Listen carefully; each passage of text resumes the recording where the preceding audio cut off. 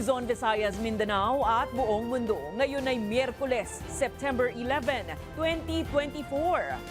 Ako si Barbie Mulak at ito ang Balitang A to Z. 136 million pesos worth ng smuggled goods nasamsam sa Subic. Kabilang ang truck-truck ng mga gulay at pekeng sigarilyo. Muling pagbuga ng lava ng Mount Canlaon sa loob ng mahigit 100 taon. Nagbabanta! Mahigit 15 centavos per kilowatt hour na dagdag singil ng Meralco mararamdaman ngayong buwan. Scam text at calls, dumarami buwan-buwan. Mobile app, kayang ma-detect ang scammers. Taylor Swift, inendorso ang kandidatura ni US Vice President Kamala Harris sa pagkapangulo. At sa showbiz, Manalo Queens, Chelsea at Atisa, walang awat na ang preps para sa Miss Universe at Miss Cosmo International. Magandang gabi, pambungad sa ating newscast. Nasa 136 million pesos na pinagsamang halaga ng smuggled products ang nasamsam ng Bureau of Customs at Department of Agriculture mula sa Port of Subic. Kabilang rito ang puslit na gulay na idineklarang fish balls mula China at ang kahon-kahon ng pekeng sigarilyo na kunyari ay shipment ng tissue. Mula sa Subic, Zambales, may balitang A to Z, si Ace Cruz. Tinatayang 21 million pesos na halaga ng smuggled agricultural goods ang naharang ng mga opisyal ng Department of Agriculture at Bureau of Customs sa Subic Port, Zambales itong Agosto. 5 shipments na idineklarang processed fish balls mula China nasabat, pero sa loob, kahon-kahon na pala ng mga puslit na gulay gaya ng carrots at sibuyas. Ayon sa mga otoridad, gaya sa iba na sabat na agri-goods, susuriin naman ito kung may nakalalasong kemikal matapos nga magpositibo ang ilang nasabat noon sa Navotas. It seems to be the same quality nung nakita sa Navotas, di ba? Which lumabas na mataas ang pesticide content at may heavy metals. So nandito yung ating mga quarantine people to test kung pareho rin ba yung sitwasyon itong mga nakuhuli natin ngayong araw. Pawang walang permit ang mga natuklasang puslit na gulay na posibleng hindi ligtas kainin. At ayon sa DA, may negatibong epekto rin dito sa presyo oras na kumalat sa merkado. Partikular sa puting sibuyas na may import clearance na ng ahensya para punan ang pangangailangan ng bansa. Take advantage sa presyo nga sa Pilipinas versus other countries, which affects our farmers. Hindi tayo sigurado kung anong pinanggalingan nito, ano yung proseso na kanyang pinagdaanan. So doon pa lang medyo risky na siya, high risk na siya. Kamakailan lang, may ilang onion traders na sangkot sa kartel ang kinasuhan ng Philippine Competition Commission dahil naman sa pagmanipula ng presyo ng sibuyas noong nakaraang taon. Samantala, kanina, ipinirisinta rin ng BOC ang 2 shipment mula naman sa Taiwan na sa unang tingin ay naglalaman ng tissue. Pero, nang halugugin, nakatago ang karton-karton ng mga puslit na peke o yung mga Class A brands ng sigarilyo na tinatayang aabot sa 115 million pesos. Forfeited ngayon itong mga shipments na ito and undergoing seizure proceeding ngayon sa law division namin sa Port of Subic. Tapos ipo-forward yan sa legal service natin sa batas sa Manila. Sa ngayon, aabot na sa 6 na consignee ang ima-blacklist ng DA dahil sa agri-smuggling sa bansa. Para sa Balitang A to Z, Ace Cruz.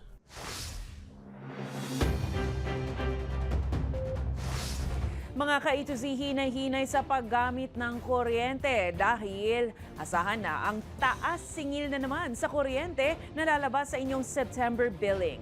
Ayon sa Meralco, tataas ng mahigit 15 sentimo ang singil sa kada kilowatt hour ngayong buwan. Ibig sabihin, aakyat ng 31 pesos ang bill para sa mga kumukonsumo ng 200 kilowatt hours. Habang papalo naman sa 46 pesos ang dagdag sa mga kumukonsumo ng 300 kilowatt hours. Samantala, nasa 77 pesos ang itataas kung gumagamit ng 500 kilowatt hours kada buwan. Paliwanag ng Meralco, nagtaas sila ng singil dahil naman sa pagsipa ng transmission charge dulot ng mas mataas na ancillary service charge ng National Grid Corporation of the Philippines.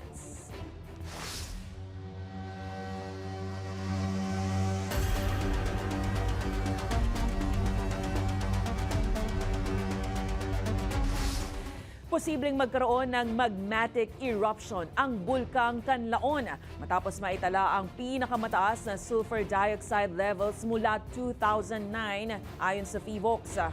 Nagsasagawa naman na ng preemptive evacuation ang lokal na pamahalaan ng Negros Oriental para sa mga residenteng malapit sa bulkan.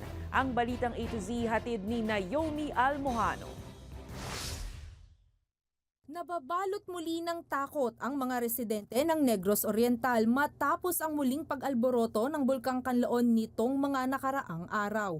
Dagdag pa sa pangamba ng marami ang banta ng magmatic eruption. Sa tala ng PHIVOLCS ngayong Miyerkules, umabot na sa 337 ang bilang ng volcanic earthquakes na naiulat at humigit 11,000 tonelada ng sulfur dioxide ang ibinuga ng bulkan. Ito na ang pinakamataas na level ng gas na inilabas ng bulkan mula noong 2009. Ayon pa sa PHIVOLCS, senyales ito na umaangat ang magma o may mga nababasag na mga bato mula sa loob ng kanlaon na siyang nagdudulot ng mga pagyanig at pagtaas ng volcanic activities. Dahil po mataas po ang mga monitoring parameters natin, no?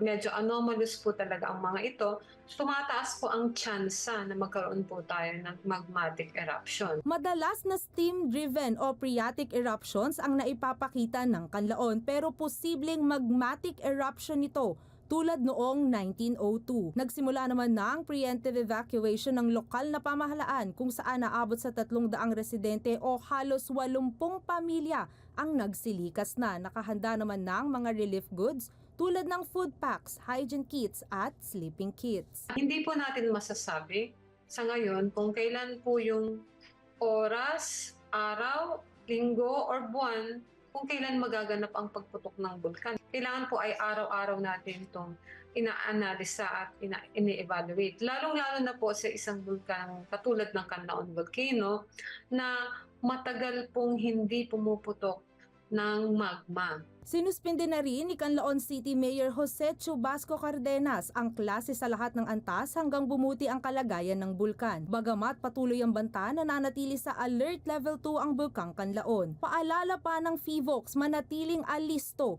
at iwasan ang pagpunta sa permanent danger zone. Ugaliin din ang pagsusuot ng face mask bilang proteksyon laban sa masangsang na amoy ng asupre. Para sa Balitang A to Z, Naomi Almojano.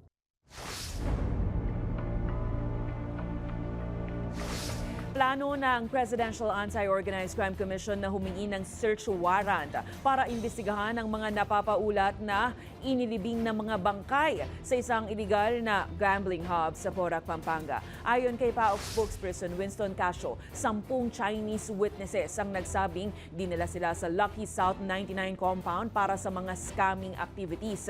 Dagdag ni Casio, nakuha na rin daw ng PAOK ang 4 na Pilipinong may direktang kaalaman sa mga kaso ng physical abuse, maging kidnapping o sapilitang pandurukot sa nasabing lugar. Nauna nang nagsampa ng kasong human trafficking ang PAOK laban kina Cassandra Leong at iba pang konektado sa iligal na pasugalan.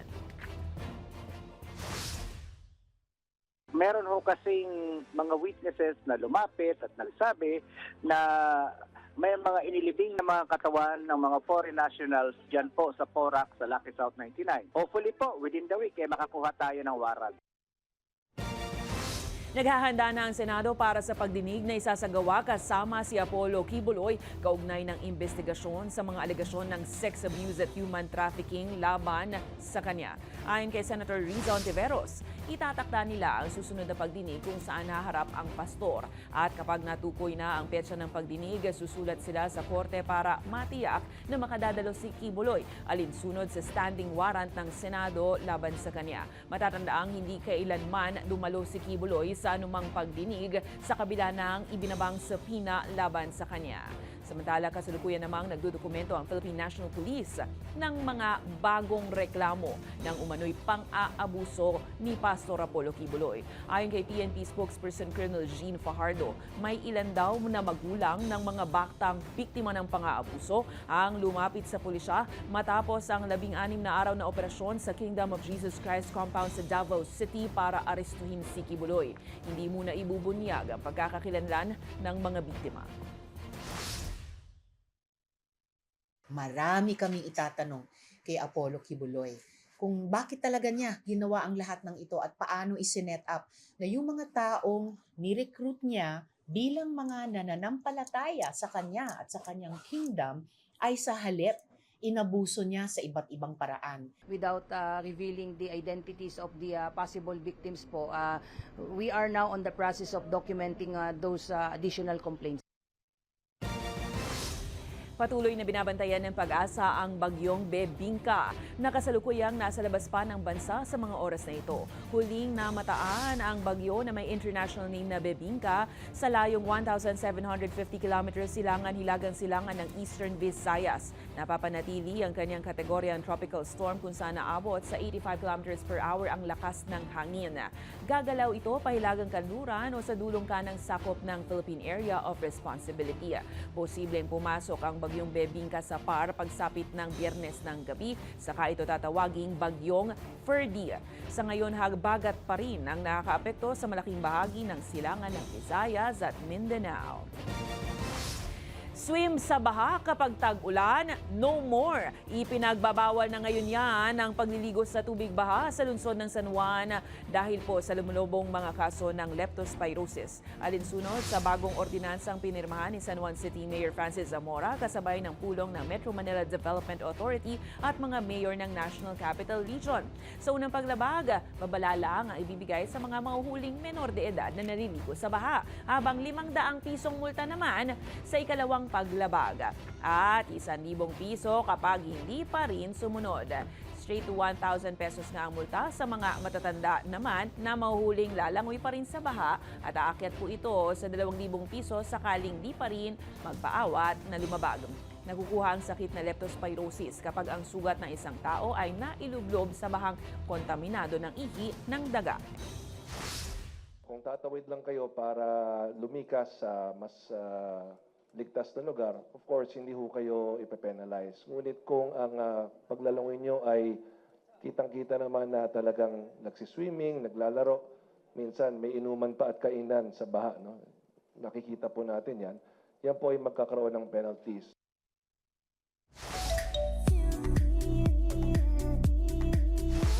Feel nyo na ba ang Pasko? May espesyal kasing pagbati ang Queen of Christmas Mariah Carey para sa mga Pilipino. Sa kanyang Facebook page, nagpaabot ng pasasalamat si Mariah sa mga Filipino fans dahil sa patuloy na pagtangkilik sa kanyang mga awiting pamasko. Hope you're all safe and well. Let's celebrate together. Yan nga ang sabi ni Mariah. Kilala si Mariah Carey sa kanyang hit Christmas song na All I Want for Christmas is You. Isa sa mga paboritong tugtugin ng mga Pinoy tuwing Burr months. Kaya naman, dagdag feel na ang Christmas vibes.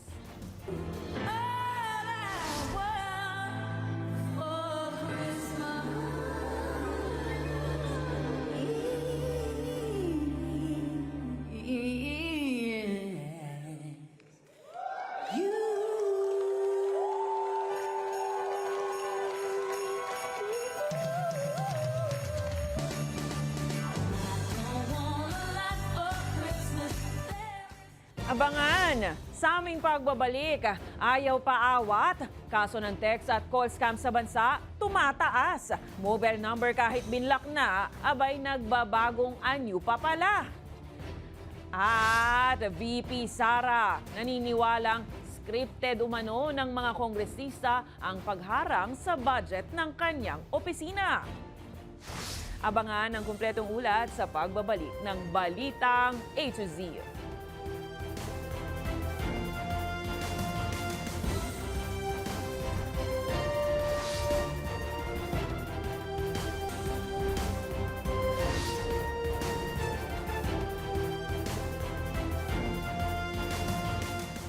Balita naman tungkol sa text scams. Mag-ingat mga ka-A to Z dahil tumataas pa rin nga ang bilang ng SMS at calls mula sa mga manloloko. Ayon sa Cybercrime Investigation Center, kahit i-block ang numero, ay nagbabagong anyo lang ang mga ito. Pero ayon sa isang global software company, may mga app na makatutulong upang ma-detect ang scammers. Alamin yan sa balitang A to Z ni Kim Salinas. Nakatanggap na ba kayo ng text na ganito? Gamit ang pangalan ng isang sikat na digital wallet na kompromiso umano ang inyong account at kailangang i-click ang link para ma-recover ito. Kabilang ito sa tumataas na bilang ng text scam ngayon. Both for scam numbers as well as SMS scam. So there is a growth of about 200%. So starting August 1 last year until August 15 of this year, we were able to actually record 3.9 million scam messages. And then in terms of the scam calls naman, that is around 414,000. Sa datos ng kumpanyang Google Look, mula 340,000 scam SMS noong Enero, ng taong ito, pataas ito buwan-buwan at umabot na sa 462,000 noong Hulyo. Ang scam din, even before it's been happening. Except ngayon modern na, no? So we have to address it. It evolves. Hindi siya nawawala. Hindi mo kayang kontrolin. Kasi nagbabagong anyo lang. Ayon sa Scamwatch Pilipinas, gumagamit ang ilang scammer ng artificial intelligence upang mas maraming mobile numbers ang maabot. Pag sinagot mo, ibig sabihin active yung number mo. So kahit i-block mo yung tumawag o nag-message sa'yo, padadalang ka pa rin ng ibang messages gamit yung ibang number. Pagkaingatan natin ang ating cellphone, kung ano nakikita natin, ano kiniklik natin, ay maghunos diliho tayo. Inilunsad ng Google Look, kapartner ng Cybercrime Investigation Center ang Who's Call application.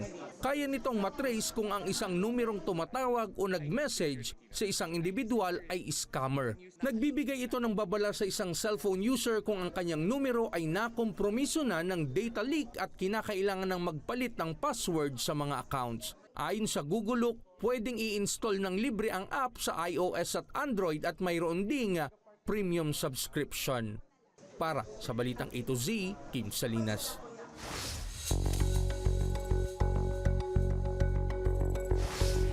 Scripted at planado na umano ng mga kongresista ang pagharang sa budget ng Office of the Vice President, bintang ni VP Sara Duterte. Anya, okay lang kahit hindi nabigyan ng pondo ang kanyang tanggapan. Buwelta naman ng ilang kongresista, ang scripted ay ang pre-taped video messages ng bise. Meron na silang nakahanda na Scripted! Yan ang bagong patutsada ni Vice President Sara Duterte sa mga kongresista ukol sa budget deliberations sa Kamara. Partikular nung August 27 hearing kung saan ayaw nang sagutin ng bise ang kahit anong tanong ukol sa pondo ng kanyang opisina. Meron na silang nakahandang PowerPoint presentation, meron na silang nakahandang audiovisual presentation, meron na silang nakahanda na script na binabasa. Sa ikatlong pre-taped video message na inilabas ng bise ngayong araw, inaakusahan niya ang Kongreso ng pagsasabwatan para raw siraan siya. Bakit pa tayo mag-question and answer? Para atakihin ninyo ako? Tapos, alam naman nating lahat. Congressman Zaldico, Congressman Martin Romualdez lang ang nagdidesisyon sa budget ng bayan. Buwelta naman ng ilang kongresista. Siya po ang scripted, siya po ang budol, peke po, dahil nakita niyo naman may binabasa siya. Pinaral niya na. Parehong subject, parehong interviewer, parehong set nga, in-extend pa ng 3 araw. At purposely released in sync with the proceedings in Congress. Siguro mas alam ng taong bayan kung sino ang may script. Inililihis lang raw ng bise ang tunay na issue mula sa mga katanungan ukol sa kanyang paggasta sa 125 million pesos na confidential funds noong 2022. Ayaw niya talagang sumagot sa confidential fund dahil hindi niya kayang ipaliwanag. Kasi ninakaw niya yung pera. Ang tanong diyan, isauli niya dapat yung pera. Ayon pa kay VP Sara, okay lang raw sa kanya kung hindi nabigyan ng pondo ang kanyang tanggapan. Narinig din namin na posibleng piso lang ang ibigay na budget sa Office of the Vice President. Handa ako sa Office of the Vice President na magtrabaho kahit walang budget. September 10, inisnab ng buong OVP ang hearing sa Kamara ukol sa panukalang 2 billion peso budget ng naturang tanggapan. Binigyang pugay ni Pangulong Bongbong Marcos Jr. ang alaala ng kanyang yumaong ama na si dating Pangulong Ferdinand Marcos Sr. sa ika-107 na anibersaryo ng kaarawan nito ngayong araw. Sa kanyang social media post, sinabi ni PBBM na malaki ang naitulong ng kanyang ama sa paraan ng pamamalakad sa bansa at kung paano niya minahal ang bansang Pilipinas, gayon din sa pagprotekta sa mga Pilipino. Kaugnay nito, pinangunahan din ni Pangulong Marcos ang seremonya sa kaarawan ng kanyang ama sa Marcos Monument sa Batac, Ilocos Norte. Matatandaang isinilang si dating Pangulong Marcos Sr. September 11, 1917 sa Sarat, Ilocos Norte at namatay September 28, 1989 sa Honolulu, Hawaii.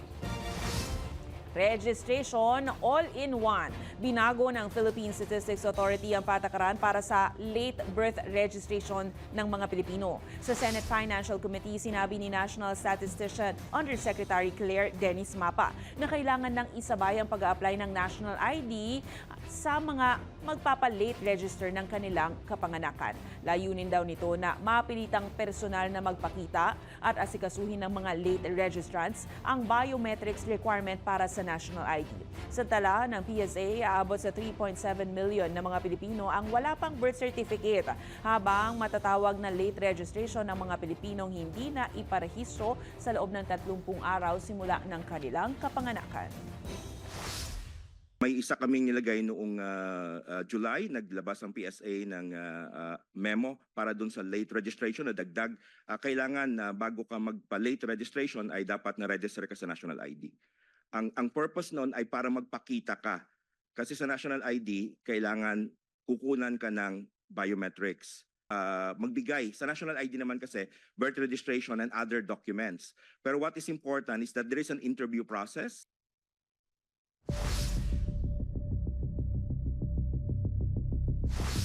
3 linggo matapos ma-detect ang unang kaso ng Mpox sa Pilipinas noong August 18 para sa taong 2024, umakyat na sa 15 ang kaso ng naturang sakit sa bansa. Sa datos ng Department of Health, 11 dito ang mula sa Metro Manila, 3 sa Calabarzon at ang pinakahuli ay sa Region 2. Karamihan rin sa mga pasyente ay mga lalaki. Dahil rito, magkakasana ng malawakang Information Dissemination Campaign ng DOH at iba pang ahensya ng gobyerno. Gayunpaman, tinayak ng Health Department na hindi gaanong nakakaalarma ang sitwasyon dahil hindi tulad ng COVID-19 na airborne o naikakalat sa hangin, ang Mpox ay nakakahawa lang sa close skin-to-skin contact. Pag may simptoma, yun yung mag-isolate. Okay, so kung kahit close contact ka kasi, kung wala ka pang mga simptomang lumalabas sa katawan mo, nararamdaman, hindi ka pa naman contagious or infectious. Watch ka lang ng hands mo and then mamamatay yung virus doon.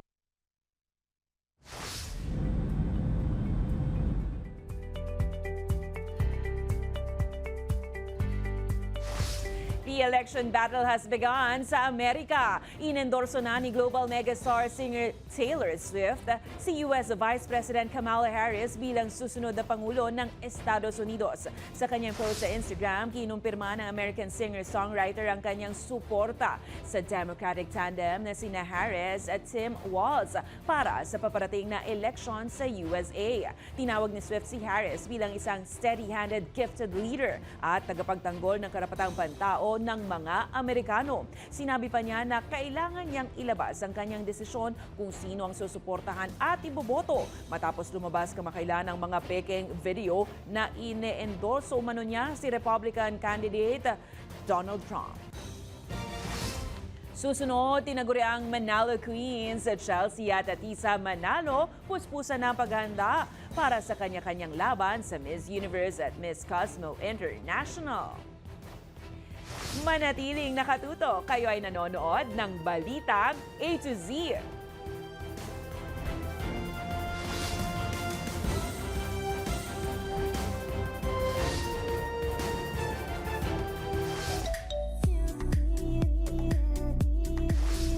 Ilang buwan na lang, Miss Universe 2024 na sa Mexico at Miss Cosmo International naman sa Vietnam. Kaya, puspusan na talaga ang paghahanda ng tinaguriang Manalo Queens, Chelsea Manalo at Atisa Manalo para sa kanya-kanyang laban. Ano-ano kaya ang preparasyon nila? Makichika sa Balitang A to Z Showbiz ni Lane Garcia. Chelsea Manalo for the Universe.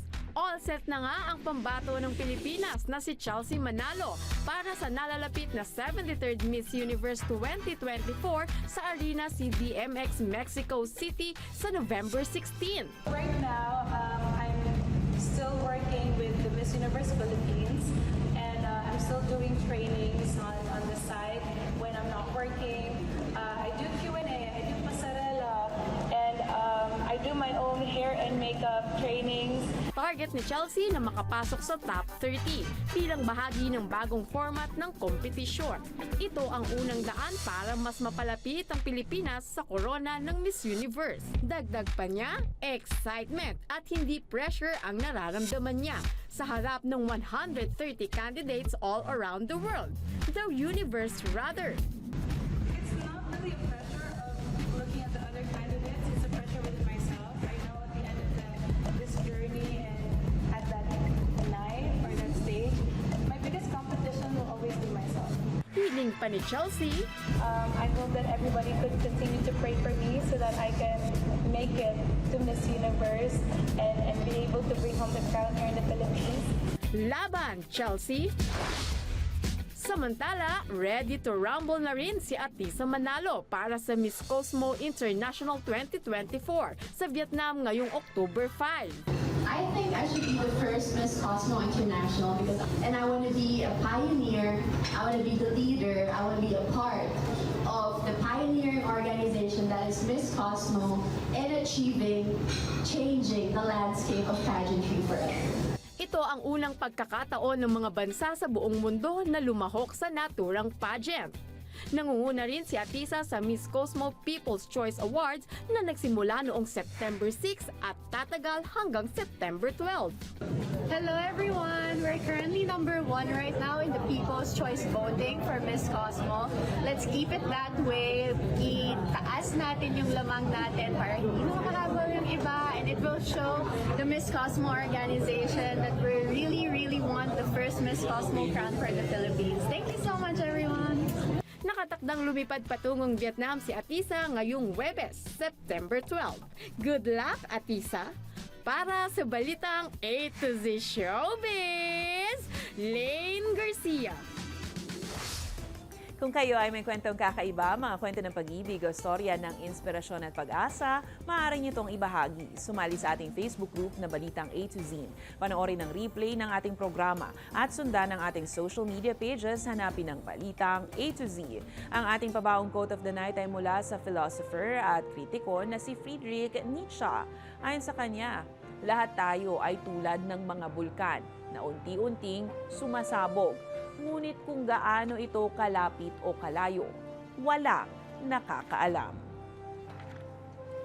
At yan ang mga balita at impormasyon, mga kwentong may dalang inspirasyon na tinutukan ng Balitang A to Z. Ako si Barbie Mulak, maging maalam, makialam. Magandang gabi sa iyo, Pilipinas!